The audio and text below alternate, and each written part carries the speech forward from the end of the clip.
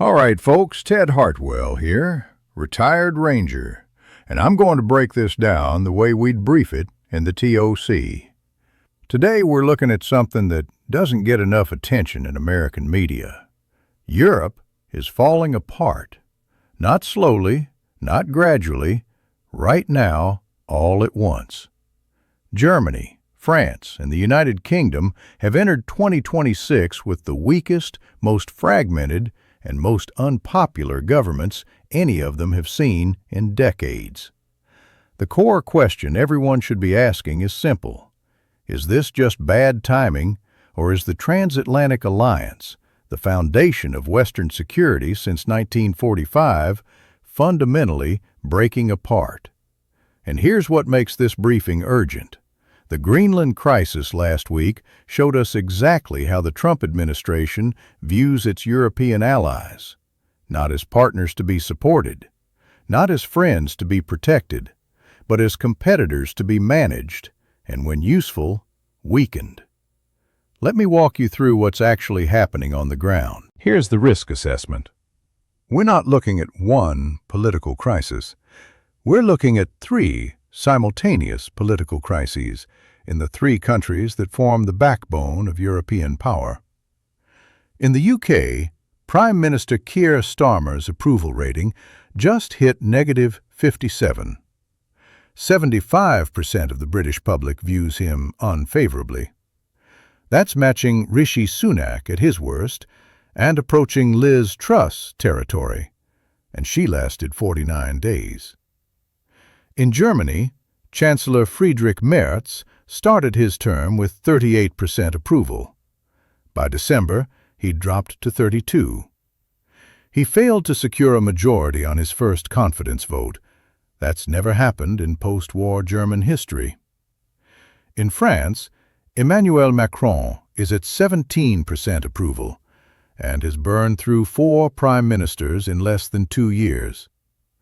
The Fifth Republic hasn't seen this kind of instability since 1958. When the three major European powers are all politically paralyzed at the same time, that's not coincidence. That's a structural problem.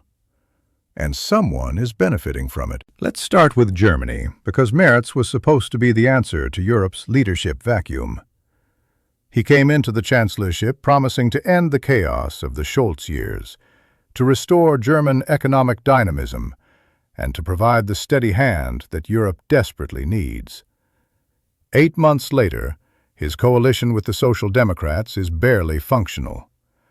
The parties that form his government are polling at a combined 34% in eastern Germany. The alternative for Germany, the AfD, which German intelligence has labeled a right-wing extremist organization, is polling at 38 to 39% in Saxony-Anhalt and Mecklenburg-Vorpommern ahead of September elections. The cordon sanitaire that's kept the far right out of power is cracking. Parts of the German business community are openly asking whether it's time to talk to the AfD. Merz himself nearly broke the firewall last year when he passed an immigration measure with AfD support. He says he'll never govern with them. But political gravity has a way of pulling parties toward power, and the math is getting harder to ignore. France is arguably worse. Macron's gamble to call snap elections after the European Parliament vote didn't stop the far right.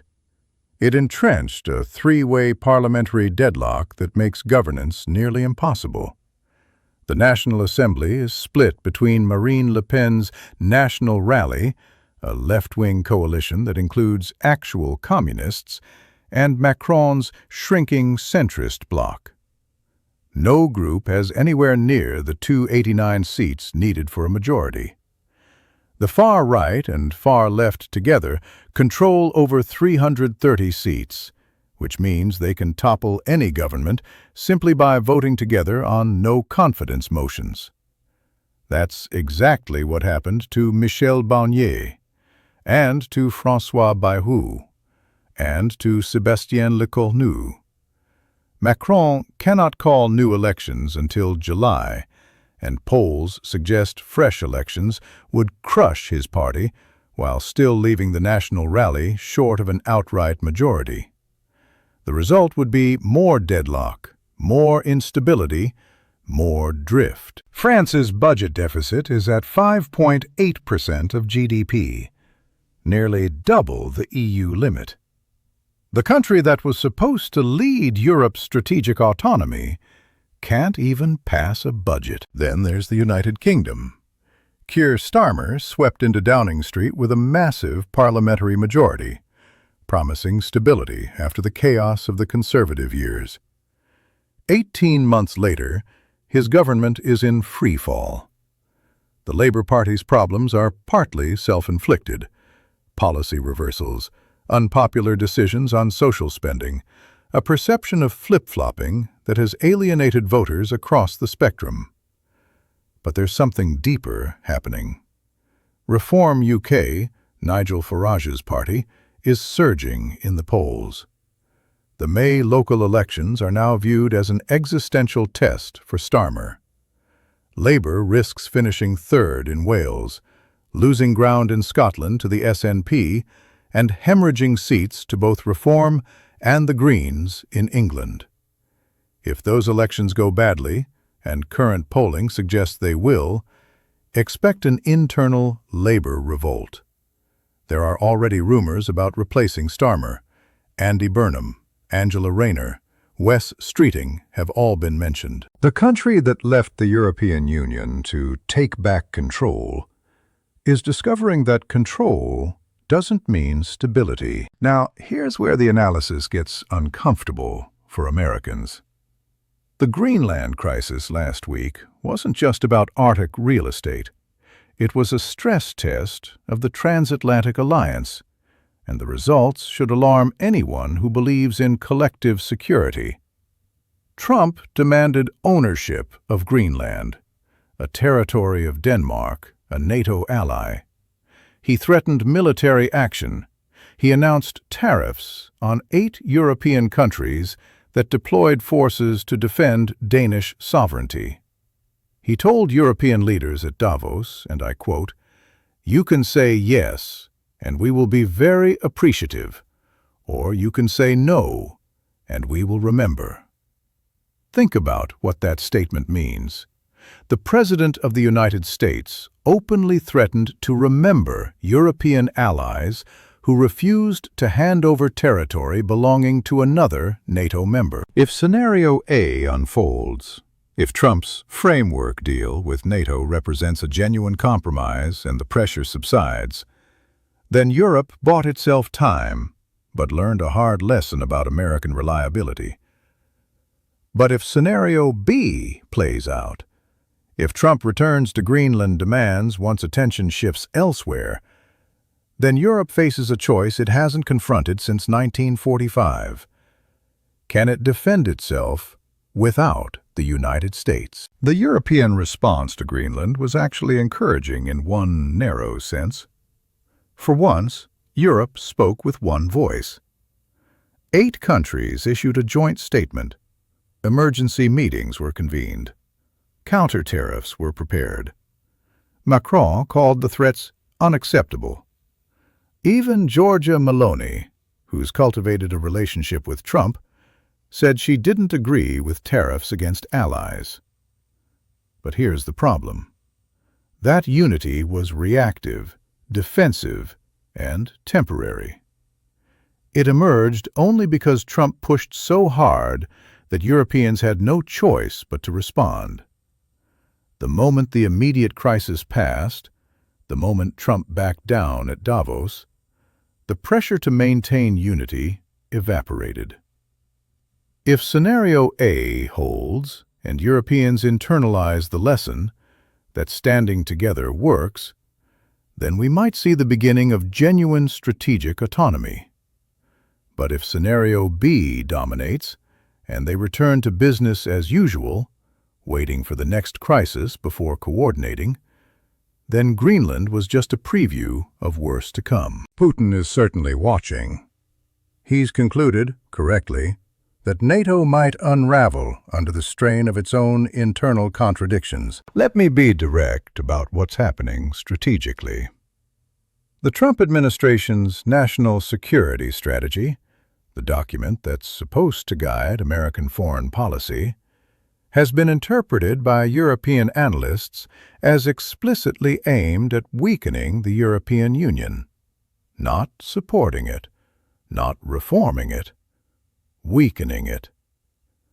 The logic isn't complicated. A fragmented Europe is easier to deal with bilaterally than a unified bloc. Individual European countries can be pressured, threatened, incentivized. The EU as a collective is harder to push around. American officials have met with far-right parties across Europe. Elon Musk has openly endorsed the AfD. The pattern is consistent. When European centrists are weak, when populist nationalists are strong, when the continent is divided, that's when American leverage is maximized. This isn't a conspiracy theory, it's a strategy. And Europeans are only now beginning to understand that their closest ally may not want them to succeed. The consequences extend far beyond European politics. First, consider Ukraine. European support for Kyiv depends on political will, and political will depends on stable governments. A national rally government in France would be skeptical of continued aid. An AfD-influenced Germany would be openly hostile. A UK consumed by internal labor warfare would have limited bandwidth for foreign commitments. The coalition supporting Ukraine is only as strong as its weakest members, and right now, the three strongest members are all politically compromised. Second, consider European defense. The continent is supposed to be ramping up military spending, developing autonomous capabilities, filling the gaps that American disengagement will create. But defense investments require political consensus that lasts across electoral cycles. Fragmented parliaments and rotating governments can't provide that consensus. Europe is trying to rearm while its political systems are breaking down. Third, and this matters for Americans, consider the economic dimension. Europe is America's largest trading partner and investment destination. European instability affects American supply chains, American exporters, American financial markets.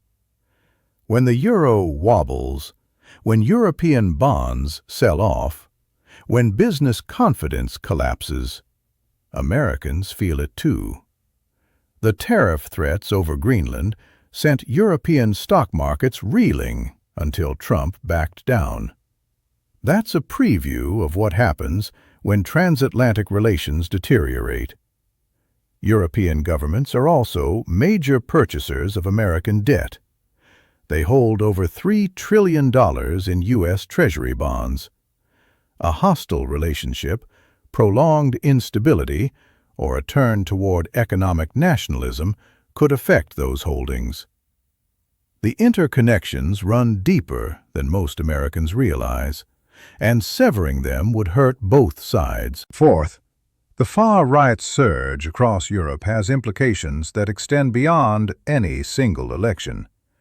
The AfD, the National Rally, Reform UK, these aren't just protest movements anymore.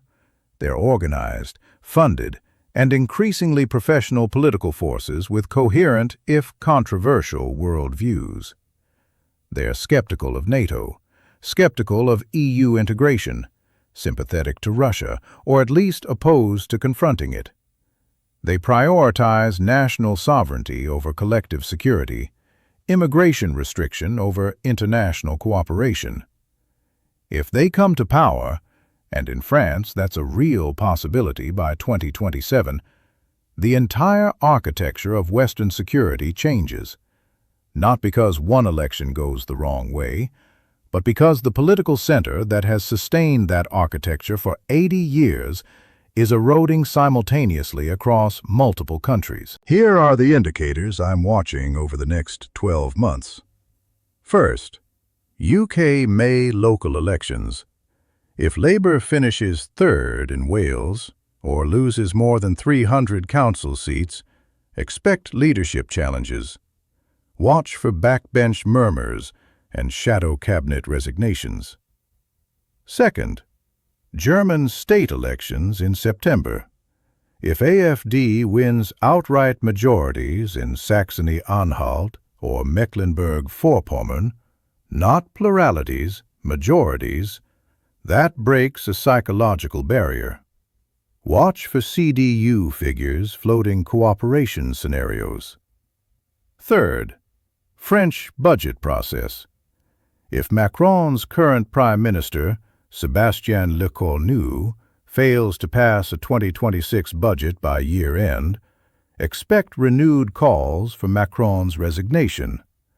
Watch for polling showing national rally above 40%. Fourth, watch Trump's rhetoric toward Europe after the immediate Greenland attention fades.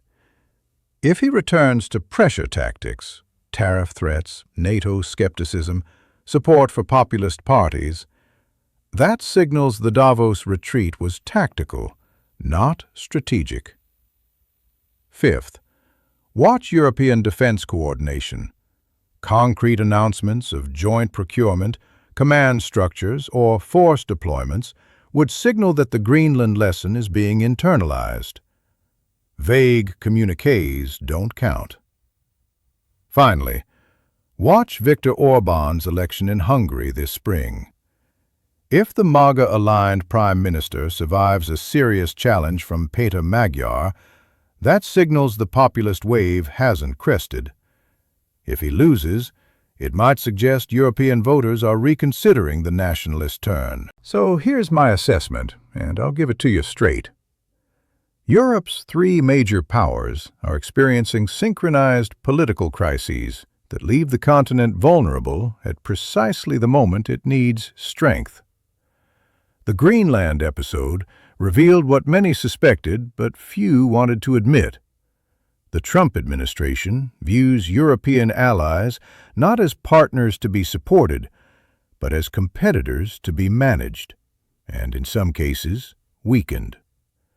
The far-right parties rising across the continent are the direct beneficiaries of this transatlantic rupture. They offer simple answers to complex problems, national solutions to international challenges, and a return to a sovereignty that probably never existed in the form they imagine.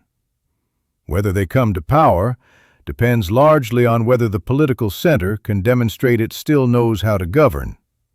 Right now, that center is failing in Berlin, failing in Paris, and failing in London, all at the same time. The Atlantic Alliance that won the Cold War and built the modern global order is under more strain than at any point since its founding. Stay sharp, pay attention to the indicators I mentioned, and understand that what happens in Europe over the next 12 months will shape American security for decades. That's the brief. Stay sharp out there.